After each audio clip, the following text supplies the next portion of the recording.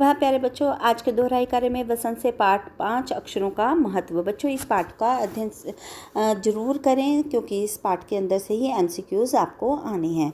तो बच्चों मैं आपको सिर्फ आपको मेन चीज़ें बताती हूँ इस पाठ में है क्या। अक्षरों का महत्व। बच्चों अक्षरों को शब्द भी कहते हैं। जब हम पुस्तकें पढ़ते हैं तो वो अक्षरों से बनी होती हैं, यानी प्रत्येक जो पुस्तक छपती है बच्चों, उसमें अक्षर होते हैं, यानी शब्द होते हैं।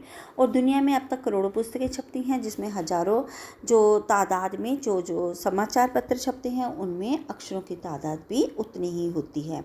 तो बच्चों जब इंसान जो था दुनिया का हाल कब से जानने लगा? जब वह अक्षरों का ज्ञान उसको हो गया।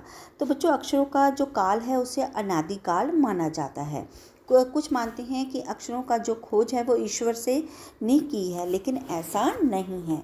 ईश्वर ने नहीं की है अक्षरों की खोज, बल्कि मानव ने की है, यानी इन आदमी ने की है। देखो बच्चों ऊपर से सेकंड लाइन, यानी यहाँ लिखा है कि अक्षरों की खोज किसी ईश्वर ने नहीं बल्कि स्वयं आदमी ने की है। ठीक है बच्चों। और यह जब अक्षरों की खोज हो गई, यानी कि इस धरती की उत्पत्ति हुई 5 अरब साल पहले। यानी हमारी धरती कितनी पुरानी है? अब आपको यही याद रखना है कि हमारी धरती कितने साल पुरानी है? 5 अरब साल पुरानी। और आदमी इस पर कब आया था? 5 लाख साल पहले। ठीक है। धीरे धीरे फिर उसका विकास हुआ, उसने गांव बसाने शुरू करे, यानी 10,000 साल पहले आदमी ने गांव बसाने शुरू करे।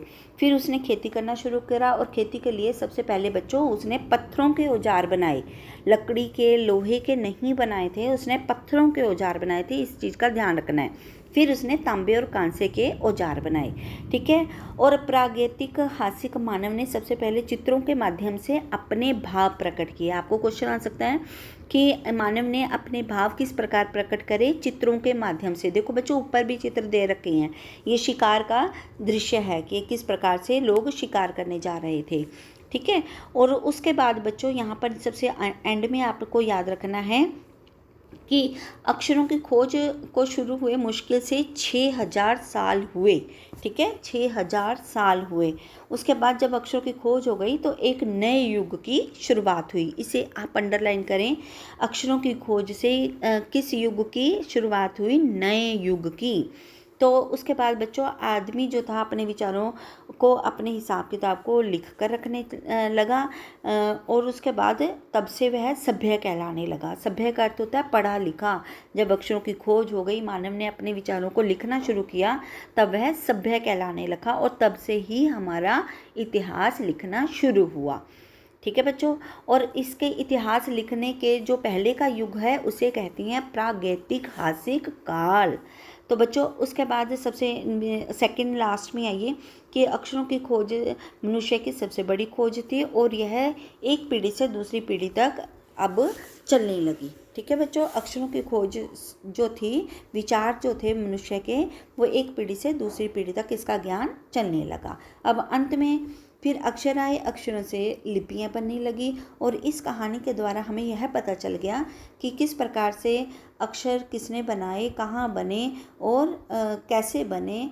जिन अक्षरों को हम पढ़ते हैं वो इस प्रकार से बच्चों कि किस प्रकार से अक्षरों का ज्ञान मनुष्य तक पहुंचा, हमने इस पाठ में सीखा। चलिए अब हम इस पाठ के अगली वीडियो में प्रश्नोत्तर और शब्दार्थ करेंगे। धन्यवाद।